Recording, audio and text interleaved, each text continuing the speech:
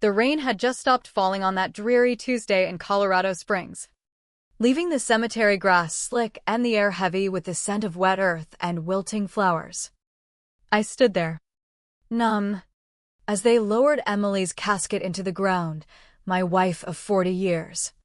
The woman who'd held me together through deployments and nightmares. At 72, I felt every ache in my bones from those old war wounds, but nothing compared to the hollow in my chest. That's when Mark, my son-in-law, leaned in close during the final prayer, his breath hot against my ear. He hawked up a gob of spit and let it fly right into my face. "Time to wake up, old timer," he hissed, wiping his mouth with the back of his hand. "This family's moving on without your dead weight." The shock hit me like shrapnel. But I didn't wipe it away. I just stood there, silent, as the mourners gasped and whispered. That spit wasn't just disrespect, it was the first crack in the dam of my buried rage. My name is Harlan Brooks, retired Staff Sergeant, U.S. Army. I'd spent my life swallowing pain, first in the deserts of Afghanistan, where I dragged 47 brothers out of hellfire, earning scars and a Medal of Honor I kept locked in a drawer. Then in civilian life, watching Emily battle cancer until she slipped away in our bedroom, her hand cold in mine. Our daughter, Laura, 42 and worn thin from nursing shifts at Memorial Hospital, had married Mark 5 years ago. He owned a small remodeling firm, Turner Builds, with a crew of 8 guys hammering nails into other people's dreams while his own ambitions festered like an untreated wound. To him, I was just a pensioner leeching off VA checks, $3, $200 a month for the shrapnel still lodged in my hip and the ghosts that woke me screaming. He saw my beat-up '98 Chevy Silverado with its faded veteran plates as a symbol of failure, not survival. But Mark didn't know the half of it. He thought grief had made me weak, forgetful, shuffling around in the same flannel shirt for days. He had no clue that my forgetfulness, like letting my license lapse, was just camouflage for a mind sharper than ever, inventorying every slight, every betrayal. That evening, back at the house on Oak Ridge Lane, a modest ranch style we'd bought in '85 when Emily was pregnant with Laura, the tension simmered like a pot about to boil over. Mark cornered me in the kitchen while Laura hovered in the doorway, her eyes red from crying. "Listen, Harlan," he said, his voice laced with that fake concern salesmen use. "This place is sitting on $700,000 easy in this market. You're rotting here, talking to walls, staring out windows like some ghost. Pack up. Find a senior spot. We'll sell and secure the future, our future." Laura clutched her mug tighter, her knuckles white. "Dad, maybe he's right. A fresh start could help. Mom wouldn't want you suffering like this." Her words stung deeper than Mark's spit. She was my blood. But grief had made her blind to his manipulations. He'd been whispering poison in her ear for weeks, painting me as a burden, unstable, holding them back from progress. I said nothing, just nodded slowly. "I'll think on it." But inside, the silence was building, a storm gathering force. Mark smirked, thinking he'd won. He didn't know that silence was my weapon, honed in foxholes where one wrong word meant death. The next morning, while Mark revved his sleek Audi out of the driveway for a site visit, I climbed into my truck and drove my usual route, what he assumed were aimless errands or therapy sessions. Twice a week, Tuesdays and Thursdays, I'd leave at 9 sharp, return by 3. Sometimes with folders tucked under my arm, phone pressed to my ear in low murmurs. He never asked, why would he? To him, I was invisible, irrelevant. But those drives were to boardrooms in downtown Denver, where I'd advise on defense contracts, my manila folders stuffed with agendas and reports. See, those 47 lives I saved? 12 of them had climbed to the top, CEOs of aerospace giants, pulling strings in boardrooms worth billions. I'd kept it quiet for Emily's sake. She hated the spotlight, the way it turned heroes into spectacles. But now, with her gone, the quiet was cracking. I made my first call from a parking lot overlook. Voice steady as steel. "It's Harlan. We need to talk about family matters." The voice on the other end straightened like a salute. "Anything, sir. Name it." What Mark didn't grasp was the depth of the betrayal, not just the spit, but the erasure. This house wasn't bricks and mortar, it was 40 years etched in every corner. The kitchen where Emily taught Laura to bake cherry pies, flour dusting their laughs. The living room where we'd huddled during Zoom calls for Laura's nursing graduation amid the pandemic. The bedroom where Emily's last whisper was "I love you." Harlan, don't let go. Mark saw equity, I saw sanctuary. But digging deeper, I found his desperation in plain sight. That night, while Laura slept exhausted from her shift, I spotted brochures peeking from her purse: Golden Years Communities, independent living for seniors. Studios starting at $900 a month. 40 miles out. Mark's plan crystallized: sell fast. Pocket the cash after clearing their $180,000 mortgage. Bail out his sinking ship. Turner Builds had just lost a $250,000 gig. Clients sniffed out his corner cutting on materials. Payroll loomed. Suppliers hounded him. He needed my home like oxygen. Deadline November end or bust. The chill deepened when I glimpsed his laptop open on the counter. Tabs on Colorado elder law. Guardianship petitions for incompetent seniors. He was plotting to strip my rights. Declare me unfit. All while pretending concern. The psychological wound reopened. Betrayal from family. The kind that festers in silence. Turning trust to ash. I locked eyes with Emily's photo on the mantel. Her smile a reminder of promises unbroken. No more silence. I opened my filing cabinet.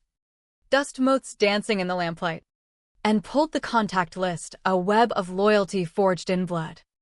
Wednesday dawned with confrontation. Thick as fog. Mark strode in. Folder in hand. Suit crisp for intimidation. Laura trailed. Scrubs rumpled from another night saving lives. Harlan. We've got options, he said. Slapping down papers. Colorado lets family petition for guardianship if someone's declining.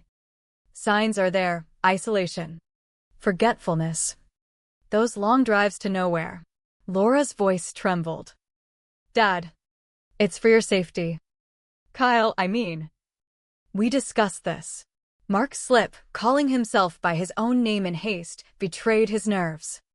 I set down my coffee. Gaze level. What exactly? Mark. He straightened. Temporary oversight.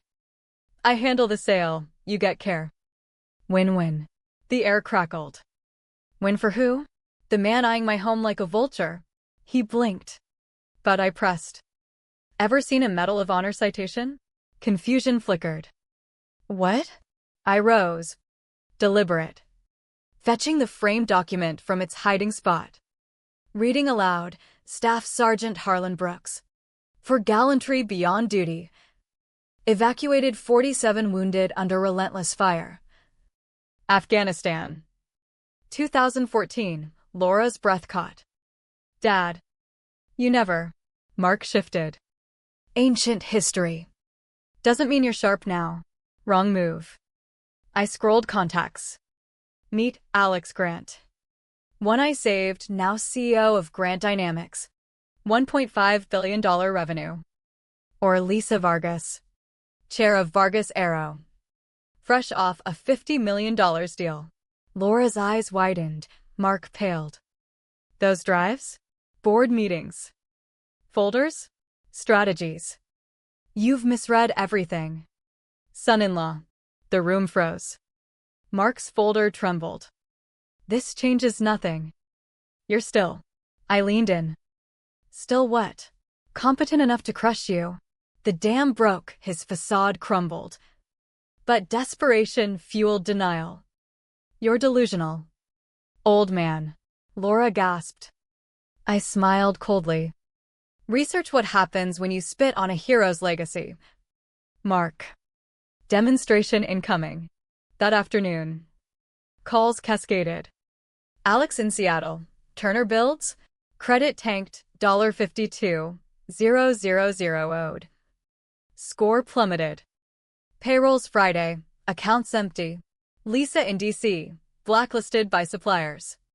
No bonds for military gigs, 3 bids lost. Colonel Reyes. Retired liaison. New Pentagon push. Veteran-owned firms only for base work. $15 million pot in Springs alone. Apps due Monday. Mark's world teetered. He'd burned bridges to a gold mine. Instead of alliance, he'd chosen theft. That night, staring at Emily's garden roses she'd planted, thorns sharp as memories, I weighed mercy against justice. Betrayal's price, not just loss, but the soul-deep scar of silence shattered. Thursday's HOA meeting at the community hall, same spot as Emily's wake, sealed it. I suited up. Uniform tailored. While Mark slept off his stress. Neighbors gathered. Whispers about his yard encroachments. He arrived late. Reeking of last night's whiskey. Eyes widening at my presence. Agenda droned until presentation from Alex Grant on veteran initiatives. Alex limped forward, prosthetic a reminder of that Afghan day. Slides clicked, $15 million contracts. Veteran priority. Medal recipients first. Murmurs rose. Mark interrupted, irrelevant. Alex eyed him. Community support boosts bids. Local vet firms, Brooks Advisory. Asked. 1995, Mark erupted, fake. Harlan's no businessman, he's broken. Disabled. Frauding the system. Gasps echoed. Alex's voice iced, questioning a hero's mind? Mark doubled down. He needs locking up. Neighbors recoiled. Alex revealed, Brooks clients, Boeing. Raytheon, $450,000 retainers. $3 billion contracts facilitated. Mark lunged. Humiliated. Lies. He's thrift store trash. The room turned. Enough. Mark Turner, a neighbor snapped. Alex dropped the bomb. We researched Turner builds, credit 492. Debts mounting. Complaints piling.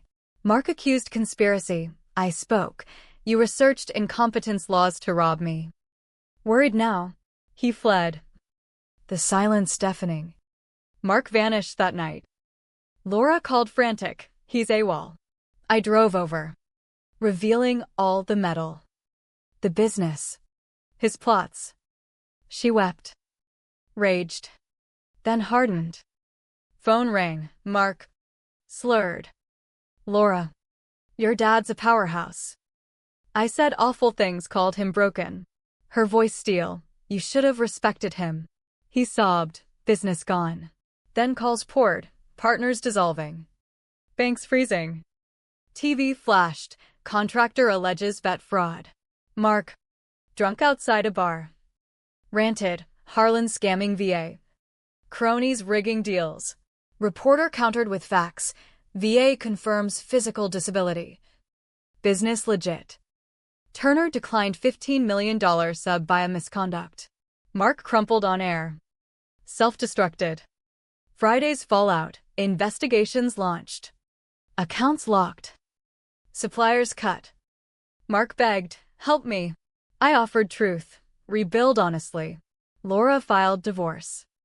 But I arranged a $25,000 gig anonymously, mercy. Not weakness. Emily would have approved. Grace tempers revenge. Weeks blurred into months. Gazette profiled my quiet heroism. Laura moved home. Healing. Mark rebuilt humbly. Handyman gigs. I updated my will, house to Laura. Business to vet trusts. At Veterans Day. Podium speech. Betrayal tests us. Grace redeems. Mark approached post-ceremony. Thanks for the chance. I shook. Earn it. No more silence on respect. He nodded. Faded away. 2 years on. Laura remarried a fellow vet. David. I walked her down. Emily's ring close. House echoes laughter again. Mark? Subcontracts done clean. He learned pain's price. Revenge wasn't destruction, it was revelation. The slow burn of truth exposing wounds, forcing growth. Silence broken. Scars remain. But so does strength.